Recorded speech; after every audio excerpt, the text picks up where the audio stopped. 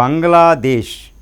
ఈరోజు బంగ్లాదేశ్ అనేది చాలా చిన్న దేశం. 1,48,000 చదరపు కిలోమీటర్లు, సుమారు తెలంగాణ కంటే కొంచెం ఎక్కువ అనమాట. ఓకే, పాపులేషన్ చూస్తే 17 కోట్ల పాపులేషన్. చాలా చిన్న దేశం. ఈ చిన్న దేశం సైనిక శక్తి కూడా భారతదేశం ముందు నిలవదు. కానీ ఇది భారతదేశాన్ని ఛాలెంజ్ చేస్తుంది. ఏ విధంగా?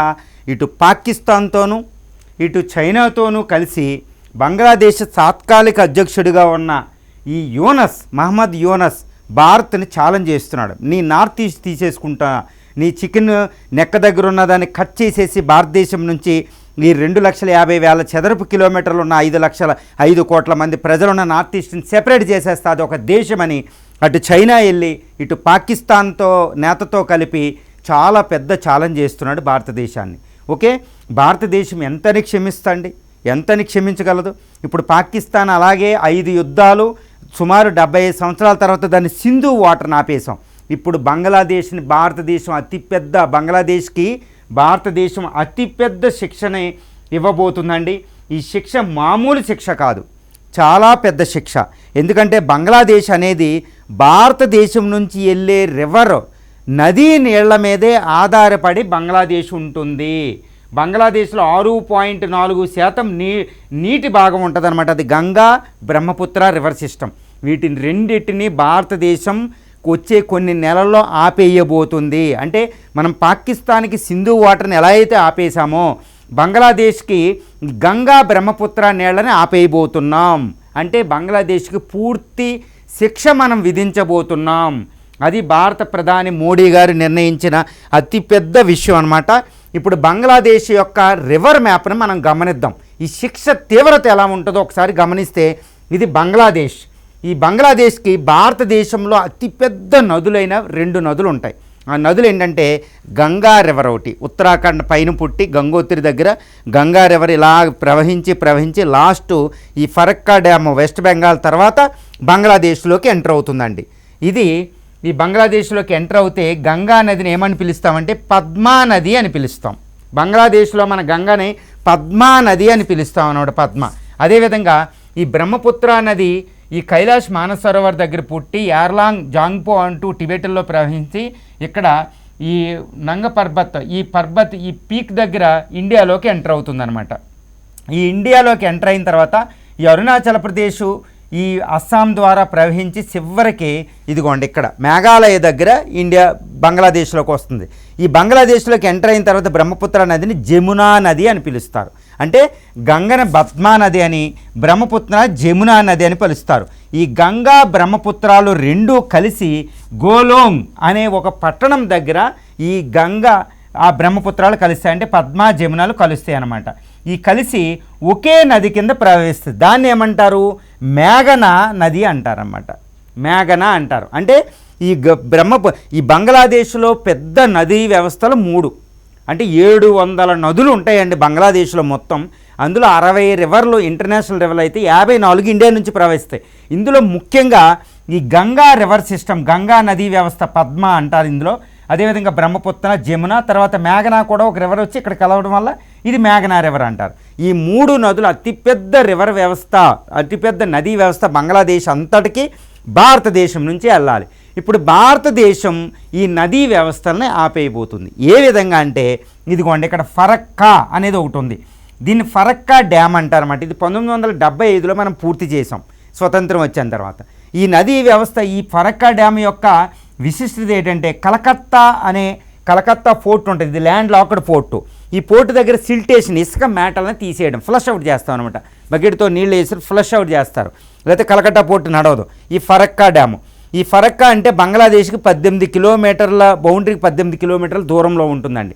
ఈ ఫరక్కా డ్యామ్ నుంచి ప్రతి వాటర్ అంటే బంగ్లాదేశ్కి వెళ్ళే ప్రతి నీటి చుక్క గంగా నది నుంచి మనం ఫరక్కాని వదిలితేనే వెళుతుంది. ఇది 1977లో ఒక ఒప్పందం కుదుర్చుకున్నాం. దాని ప్రకారం ఫరక్కా డ్యామ్ వాటర్ మనం వాడుకోం, బంగ్లాదేశ్కు వదులుతాం. కానీ ఇక్కడ డ్రింకింగ్ వాటర్కి, ఇక్కడ హుగ్లీ రివర్లో కొంత ఇరిగేషన్కి, ఈ ముఖ్యంగా కలకత్తా పోర్టుని ఫ్లష్ అవుట్ చేసి ఇసుక మేటలు వేయకుండా కాపాడడానికి ఫరక్కా డ్యామ్ ఉంటుంది. మొత్తం నీళ్ళన్నీ బంగ్లాదేశ్కి వదులుతాం. ఇంత డ్యామ్ బంగ్లాదేశ్లో కూడా లేదు. అంటే మన డ్యామ్ నుంచి బంగ్లాదేశ్ అక్కడ అద్భుతమైన ప్రయోజనాన్ని పొందుతుంది. ఇప్పుడు ఈ ఫరక్కా డ్యామ్ ప్రాజెక్టు 1977లో ఒప్పందం ఉంది. ఇది 1996లో షేక్ హసీనా దేవేగౌడ ప్రధానమంత్రిగా ఉన్నప్పుడు 1996లో ఇక్కడ ఒక ఒప్పందం కుదుర్చుకున్నాం. ఆ ఒప్పందం ప్రకారం ఫరక్కా డ్యామ్ నుంచి అక్కడికి వాటర్ వెళ్తుంది. ఈ తీస్తా నది నుంచి వాటర్ వెళ్తుంది. ఈ నదీ వ్యవస్థ అంటే బంగ్లాదేశ్కి వాటర్ నీటి ఒప్పందం, ఇండియా బంగ్లాదేశ్ నీటి ఒప్పందం అంటారన్నమాట. ఈ నీటి ఒప్పందం 1996లో కుదుర్చుకున్నాం. ఇది 2026 అంటే ఇంకా 6 నెలల తర్వాత ఇది మళ్ళా పునరుద్ధరించుకోవాలి, మళ్ళీ రీసైన్ చేయాలి, మళ్ళా సంతకాలు చేయాలి అప్పుడున్న పరిస్థితులు బట్టి. కానీ ఇప్పుడు మోడీ ప్రభుత్వం వాళ్ళతో పెద్ద ఇబ్బందుల్లో ఉంది. ఎవరు? యూనస్తో మనకు పడడం లేదు. కాబట్టి ఈ డ్యామ్ ఈ సంతకం అంటే ఇండియా బంగ్లాదేశ్ నదీ నీటి ఒప్పందం మళ్ళా పునరుద్ధరించబడడం లేదు. ఇది ఇండియా నుంచి సిగ్నల్ వచ్చేసింది. అంటే ఏంటి? బంగ్లాదేశ్ ఇబ్బందుల్లో పడిపోద్ది అనమాట. బంగ్లాదేశ్కి నీటి వాటర్ మనం ఇవ్వాల్సిన అవసరం లేదు. ఈ ఫరక్కా నుంచి ఎక్కువ వాటర్ మనం ఇక్కడ నుంచి మనం ఈ ఛత్తీస్గఢ్ దాకా మనం కాలువల ద్వారా ఈ దామోదర్కి ఇలాగ మనం పెట్టుకుంటాం అనమాట. ఇప్పుడు మనకి నీటి అవసరం పెరిగిపోయింది గత 1996తో పోలిస్తే. కాబట్టి ఈ నీటిని మనం దారి మళ్లించుకుంటాం. ఈ బీహారు ఇటువంటి వెస్ట్ బెంగాల్ పైకి కిందకే. సో దీనికి బంగ్లాదేశ్కి నీటి వాటర్ని మనం చాలా తగ్గించబోతున్నాం గంగా నుంచి. అది ఒక పెద్దది. 2, షేక్ హసీనా మన ప్రధానమంత్రిగా ఉన్నప్పుడు 2 సంవత్సరాల క్రితం ఈ తీస్తా నది అని ఒకటి ఉంటుందండి. ఇది బ్రహ్మపుత్ర ఉపనది సిక్కింలో పుట్టి వస్తుంది. ఈ తీస్తా నది ఒప్పందం కూడా మనం రద్దు చేసుకోబోతున్నాం. సో ఆ నీటిని కూడా కొంచెం ఆపేస్తాం. తర్వాత ఈ బ్రహ్మపుత్ర నుంచి రివర్ వాటర్ రావాలి. ఇది ఏం చేస్తున్నాం? చైనా ఏం చేస్తుందంటే ఈ గ్రేట్ బెండ్ అంటారు. ఈ గ్రేట్ బెండ్ దగ్గర ఇక్కడ ఒక డ్యామ్ కట్టేసింది. ఇది దారి మళ్ళిస్తుంది. ఈ డ్యామ్ ఏంటంటే 3 గార్జెస్ కంటే 1.5 రెట్లు ఉంటుంది. కాబట్టి ఈ డ్యామ్ నుంచి వాటరు కిందకి మనకి అప్పుడప్పుడు వదిలేసి వాటర్ బాంబులా తయారు చేస్తుంది. అందుకని ఇండియా ఏం చేస్తుంది? ఇక్కడ అరుణాచల్ ప్రదేశ్ దగ్గర ఒక ప్రపంచంలో ఒక పెద్ద ఆనకట్టని మనం కట్టబోతున్నాం. ఈ ఆనకట్టలో ఈ డ్యాము చైనా కట్టే డ్యామ్ కంటే 10 రెట్లు ఎక్కువ నీటిని నిల్వ చేయగలిగిద్ది. అంటే ఏంటి? ఈ నీటిని నిల్వ చేయడం వల్ల బ్రహ్మపుత్ర రివర్ వాటర్ని బంగ్లాదేశ్కి మనం ఇవ్వము, మనం కావాల్సినప్పుడు వాడుకుంటాం. ఇది డబుల్ ఎడ్జ్ అనమాట. ఇక్కడ చైనా నుంచి వచ్చే వాటర్ బాంబు ఎంత వాళ్ళకు ఉన్న డ్యామ్లో ఉన్న వాటర్ని అంతా రిలీజ్ చేసినా ఇది పీల్చేయగలిగిద్ది. ఆ జాహ్నవి మహర్షి గంగా నదిని పట్టుకున్నట్టు, భగీరథుడు తీసుకొస్తుంటే పట్టుకున్నట్టు ఈ మొత్తం డ్యామ్ వాటర్ని 10 రెట్లు పీల్చుకోగలిగిద్ది. సో ఇక్కడ ఫ్లడ్ రాదు. అదేవిధంగా ఈ నీటిని మనం చక్కగా కావలసినప్పుడు వాడుకుంటాం అన్నమాట. నార్త్ ఈస్ట్కి అవసరమైతే ఈ ఇండియా కూడా రివర్ లింకింగ్ ప్రాజెక్ట్కి వాడుకుంటాం. అది ఒక విరుగుడు చైనాకి కడుతున్నాం మనం. ఇదే విరుగుడిని బంగ్లాదేశ్కి నీటిని వాటర్ ఆపేస్తాం. ఈ విధంగా ఇండియా ఇటు గంగా ఇటు బ్రహ్మపుత్ర రివర్ల నుండి నీటిని మనం ఆపేయబోతున్నాం. సో ఇది బంగ్లాదేశ్కి ఇండియా ఇచ్చే అతిపెద్ద శిక్ష. అంటే ఇంకా బంగ్లాదేశ్కి ఇటు బ్రహ్మపుత్ర రివర్ వాటర్ని ఇటు గంగా రివర్ వాటర్ని వెళ్ళనివ్వము. అంటే ఏ విధంగా దీని మీద ప్రభావం వస్తే బంగ్లాదేశ్ మీద అంటే ఊహించుకోండి. బంగ్లాదేశ్లో 17 కోట్ల జనాభాలో 50% అంటే సుమారు మనకి 8.5 కోట్ల మంది ప్రజలు బంగ్లాదేశ్లో వ్యవసాయం మీద ఆధారపడి ఉన్నారు. అది వ్యవసాయ ప్రధాన దేశం అనమాట బంగ్లాదేశ్. అక్కడ వ్యవసాయమే అతిపెద్దది. జీడిపిలో కూడా 15% ఉన్న అక్కడ పండే ఈ jute industry one of the biggest అనమాట ప్రపంచంలో బంగ్లాదేశ్ది.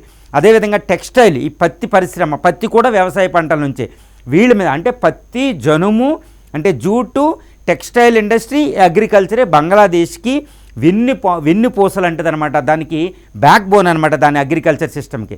అది నీటి ద్వారానే ఉంటుంది. ఫర్ ఎగ్జాంపుల్ జనుము కాపుకి, జూట్ క్రాప్కి ఎక్కువ నీళ్లు కావాలి మన కలకట్టలో వెస్ట్ బెంగాల్లో లాగా. ఇప్పుడు అది ఆగిపోతుంది. రివర్ వాటర్ లేకపోతే అది నానపెట్టలేరు. అంటే ఏంటి? బంగ్లాదేశ్ ఆర్థిక వ్యవస్థ మొత్తం కూడా స్తంభించిపోబోతుంది అనమాట ఇండియా ఇచ్చే శిక్షతో. మరి బంగ్లాదేశ్ లొంగుతుందా అంటే లొంగిద్దే లేదో చూసే ముందు ఇంకా దీని ప్రభావం ఎలా ఉంటుందంటే one of the fastest growing economy. అది పాకిస్తాన్ ఆర్థిక వ్యవస్థను దాటిందండి బంగ్లాదేశ్. ఎందుకంటే మనం పోర్ట్ ఫెసిలిటీస్ అన్నీ ఇస్తున్నాం. ఈ పోర్ట్ ఫెసిలిటీస్ క్యాన్సిల్ చేసింది గత 2 నెలల క్రితం మోడీ ప్రభుత్వం. కాబట్టి కలకట్టా పోర్టు దానికి లేదు. కొన్ని టెక్స్టైల్ ఎగుమతులు అక్కడ నుంచి అవడం లేదు. ఎందుకంటే చిట్టగాంగ పోర్టు నుంచి ఎక్కువ వెళ్ళవు దానికి బంగ్లాదేశ్కి. సో ఇది ఒక శిక్ష విధించాం, కానీ అది లొంగుతులేదు. కాబట్టి రివర్ వాటర్ ఆపేస్తున్నాం. దీనివల్ల ఆర్థిక వ్యవస్థ దెబ్బతింటుంది, వ్యవసాయ వ్యవస్థ దెబ్బతింటుంది. ఇప్పటికే దాని టెక్స్టైల్ ఎగుమతులు ఆగిపోయినాయి. సో ఇది అత్యంత ప్రమాదంలో దాని ఆర్థిక వ్యవస్థ పడిపోబోతుంది. మరి ఇంతటి ప్రమాదంలో బంగ్లాదేశ్ మనకు లొంగిద్దా అంటే మనం పెట్టే డిమాండ్లు ఏంటంటే నువ్వు ఎలక్షను ఫ్రీ పారదర్శకంగా ఎలక్షన్ పెట్టు అని బంగ్లాదేశ్ని మనం అడుగుతున్నాం. నువ్వు చైనా నుంచి ఆయుధాలు ఎక్కువ తెచ్చుకోకు, దక్షిణాసియాలోకి చైనాని రానివ్వద్దు అని అడుగుతున్నాం. తర్వాత పాకిస్తాన్ టెర్రరిజాన్ని ఇక్కడ తీసుకొచ్చి హఫీజ్ సయీద్ ద్వారా టెర్రరిజాన్ని పెంపొంది యాంటీ ఇండియా యాక్టివిటీ చేయొద్దని అడుగుతున్నాం. 2, బంగ్లాదేశ్లో మైనారిటీలు, హిందూ మైనారిటీలను రక్షించి వాళ్ళని అటాక్ చేయొద్దని అడుగుతున్నాం. టెంపుల్ని కూలగొట్టొద్దని అడుగుతున్నాం. మతీకరణని ఆర్మీయే చేస్తుంది, అది చేయొద్దని అడుగుతున్నాం. ఇంకా దీంతోపాటు మనకి ఇంకా కొన్ని అడుగుతున్నామండి. అదేంటంటే నువ్వు అన్నెసరిగా ఇండియాతో తగవుకు రాకు, నీ ఆర్థిక వ్యవస్థకు మేమంతా ఇస్తామని అడుగుతున్నాం. 2 తర్వాత చైనా నుంచి ఆయుధాలని ఎక్కువ తెచ్చుకోకు, నీకు అనవసరం, చైనాతో ఆర్థికంగా ఉండు, కానీ సైనిక సంబంధాలు వద్దని చెప్తున్నాం. కానీ తీసుకొస్తుంది. రీసెంట్గా కున్మింగ్ ప్రావిన్స్లో చైనాలో ట్రైలాటరల్ మీటింగ్ అండి, పాకిస్తాను, బంగ్లాదేశ్ అదేవిధంగా చైనా కలిసి ట్రైలాటరల్ మీటింగు ఒక ఒప్పందం కుదుర్చుకోవడానికి వెళ్తున్నారు, ట్రేడ్ కుదుర్చుకుంటున్నారు. 12 సంవత్సరాల తర్వాత అంటే 1971లో ఇది బంగ్లాదేశ్ ఫామ్ అయిన తర్వాత అది ఇంకేం చేస్తుందంటే పాకిస్తాన్తో ట్రేడ్ రిలేషన్స్ పెట్టుకుంటుంది, ట్రేడ్తో దాంతో మిలిటరీ రిలేషన్షిప్ పెట్టుకుంటుంది, పాకిస్తాన్తో జాయింట్ ఎక్సర్సైజ్ చేసేస్తుంది, కరాచీలో చేసింది. సో ఇదన్నీ ఇండియా వ్యతిరేక యాంటీ ఇండియా యాక్టివిటీ చేస్తుంది. వీటిని క్షమించవలసిన అవసరం ఇంకా ఇండియాకి ఎంత మాత్రము లేదు. ఇప్పుడు పాకిస్తాన్తో యుద్ధం అంటూ వస్తే బంగ్లాదేశ్ కూడా ఇక్కడ ఫ్రంట్, ఇక్కడ నేను ఓపెన్ చేస్తాను, పాకిస్తాన్తో మా ముస్లిం దేశంతో యుద్ధం చేస్తాను మా సహోదరుడితో అన్నట్టు మాట్లాడుతుంది. చైనాను అక్కడ తీసుకొస్తుంది. ఈసారి యుద్ధం అంటే జరిగితే ఇటు బంగ్లాదేశ్, పాకిస్తాన్, చైనాతో ఒకేసారి ఇండియా పోరాడవలసిన పరిస్థితి వస్తుందని రక్షణ శాఖ నిపుణులు, డిఫెన్స్ అనలిస్టులు పూసగుచ్చినట్టు చెప్తున్నారు. కాబట్టి ఇండియా ఏంటంటే బంగ్లాదేశ్కి ఇంకా తీవ్రమైన పనిష్మెంట్ ఇవ్వడం తప్పితే వేరే గత్యంతరం లేని స్థితిలో బంగ్లాదేశ్ పడిపోయిందండి. అందుకని ఏంటంటే ఇండియా ఈ చికెన్ నెక్కను కాపాడుకోవడానికి బంగ్లాదేశ్ పనిష్మెంట్ ఏంటంటే రివర్ వాటర్ని ఆపేయడం. ఇప్పుడు పాకిస్తాన్కి సింధు వాటర్ ఆపేసిన తర్వాత అది ఎడారి అయ్యే పరిస్థితి ఉంది. ఈ విధంగా బంగ్లాదేశ్కి మనం ఆపితే భయంకరమైన పరిస్థితుల్లో ఈ బంగ్లాదేశ్ పడిపోయే అవకాశం ఉంది. ఇప్పుడు కాళ్ళబేరానికి రావాలి. కాళ్ళబేరానికి రాకుండా ఉండడానికి ఇంకొక అవకాశం ఏంటంటే పాకిస్తాన్ని చైనా ద్వారా ఎగదోయడం. ఇప్పుడు పాకిస్తాన్, చైనాలు బంగ్లాదేశ్ని రక్షించగలవా అంటే ఇండియా రివర్ వాటర్ని బ్రహ్మపుత్ర, గంగాని ఆపితే అవి ఏమన్నా మన మీద ఫైట్కి వచ్చి మన మీద ప్రెజర్ తెచ్చి ఒత్తిడి తెచ్చి బంగ్లాదేశ్కి నీళ్ళు ఇవ్వగలవా? ఇది ఒకటి చూడాలి. ఇప్పుడు ఈ చైనా ఏమంటది, మేము అవసరం అనుకుంటే ఈ బ్రహ్మపుత్రాన్ని మేము ఆపేస్తామంటది. కానీ మనం ఒక డ్యామ్ కడుతున్నాం. ఆ డ్యాము ఏంటంటే ఒక రిజర్వాయర్ కడుతున్నాం అనమాట. ఆ రిజర్వాయర్ ఎంత పెద్దదంటే ఈ చైనా నుంచి వచ్చే ఆ 3 గార్జెస్ ల్యాండ్ డ్యామ్ అంటే పెద్ద డ్యాములు 27 డ్యాములు కడుతుందండి బ్రహ్మపుత్ర మీద. ఆ డ్యాములన్నిటి నుంచి వచ్చే వాటర్ అంతటినీ కూడా ఇది తనలో గుప్పిట్లో పెట్టేసుకుని కిందకి రానివ్వదు, ఫ్లడ్ రానివ్వదు. అంతటి వాటర్ బ్యారేజ్ కడుతున్నాం కాబట్టి, ఆనకట్ట కడుతున్నాం కాబట్టి చైనా మనల్ని బ్రహ్మపుత్ర రివర్ ద్వారా మనల్ని కంట్రోల్ చేయలేదు. ఎందుకంటే ఆ డ్యామ్ దగ్గర వెనకాల ఎంత వాటర్ని పెట్టుకుంటుంది, ఏదో టైంలో వదలాలి. అది వచ్చింది మన ఇండియా ఆపేసుకుంటుంది. చక్కగా మనం ఇండియా ఇక్కడ చక్కగా ఆపేసుకోగలుగుతాం అనమాట. ఇదిగోండి ద గ్రేట్ నుంచి వచ్చేదాన్ని $137 మిలియన్ నుంచి గ్రేట్ బెండ్ దగ్గర కడుతుంది.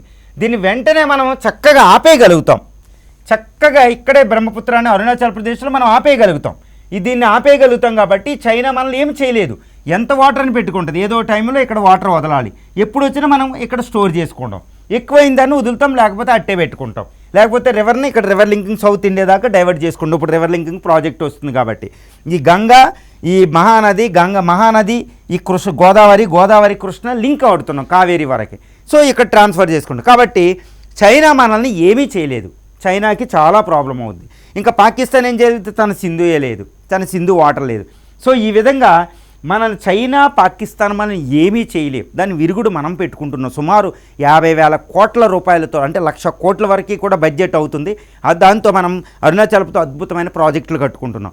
సో అది మన మంచికే వచ్చింది చైనా చేసేది. ఇప్పుడు చైనాకి ఏం చేయాలో కూడా పాలుపోవడం లేదు.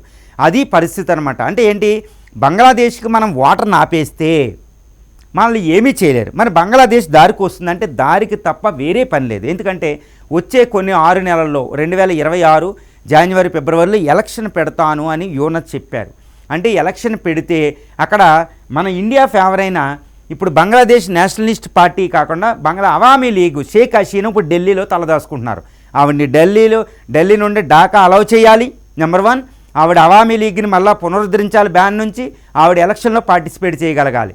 ఈ విధంగా అది యూఎస్ గవర్నమెంట్ ఒప్పుకోవాలి, లేకపోతే ఫరక్కా డ్యామ్ నుంచి మనం ఆపేస్తాం, అదొకటి దానికి ఒప్పుకోవాలి. అక్కడ జమాయితీ ఇస్లామీ అనే ఒక పొలిటికల్ పార్టీని, ఒక టెర్రరిస్ట్ లాంటి పార్టీని వాళ్ళు లీగల్గా విధించిన బ్యాన్ను తొలగించారు, దాని మీద బ్యాన్ విధించాలి. అంటే ఏంటి, వచ్చే డెమోక్రటిక్ ఎలక్షన్స్, వచ్చే ప్రజాస్వామ్య ఎన్నికలు బంగ్లాదేశ్లో పారదర్శకంగా నిర్వహిస్తే షేక్ హసీనా గవర్నమెంట్ 100% వస్తుంది. అది ఇండియాకి కావాలి. సో పాకిస్తాన్తో, చైనాతో నువ్వు ఆర్థిక సంబంధాలు పెట్టుకో, కానీ ఎకనామిక్ అంటే ఇండియా వ్యతిరేకతను పెట్టకూడదు, ఇది డిమాండ్, ఇది నువ్వు ఒప్పుకోవాలి బంగ్లాదేశ్. కానీ వేరే గతి లేదు కాబట్టి కాళ్ళ బేరానికి వచ్చి మన ఇండియా కాళ్ళ బేరానికి వచ్చి ఒప్పుకోవాలి. అంతేగాని ఒక చిన్న దేశం పెద్ద ప్రపంచంలో సూపర్ పవర్ అవ్వబోయే దేశాన్ని బంగ్లాదేశ్ ద్వారా ఆపిచ్చేద్దామని చైనా ఎత్తుగడలు మనం ఇక్కడ కొనసాగనివ్వకూడదు. చిట్టగాంగ్ పోర్టు ద్వారా, క్విక్కో పోర్టు ద్వారా, మయన్మార్ ద్వారా మన ఇండియాలోకి వచ్చి, ఇండియన్ ఓషన్ ద్వారా వచ్చి ఇండియాను కంట్రోల్ చేద్దామంటే కుదరదు. ఒక చిన్న ఆర్మీ ఉన్న దేశం భారతదేశాన్ని ఎక్కడో ఆపేద్దామంటే ఇట్టి పరిస్థితుల్లో కుదరదు. అందుకని ఏంటంటే ఇండియాకి నార్త్ ఈస్టర్న్ స్టేట్స్ ఎంత ముఖ్యమో మనకు తెలుసు. కాబట్టి బంగ్లాదేశ్కి సరైన పనిష్మెంట్ ఇప్పుడు మోడీ గవర్నమెంట్ ఇవ్వడానికి సిద్ధపడింది. దీని నుంచి బంగ్లాదేశ్ని రక్షించే శక్తి ప్రపంచంలో లేదు. బంగ్లాదేశ్ లొంగి భారతదేశం కోసం, భారతదేశం అభివృద్ధితో పాటు అది కూడా అభివృద్ధి చెందాలి ఒక సహోదరుడిగా.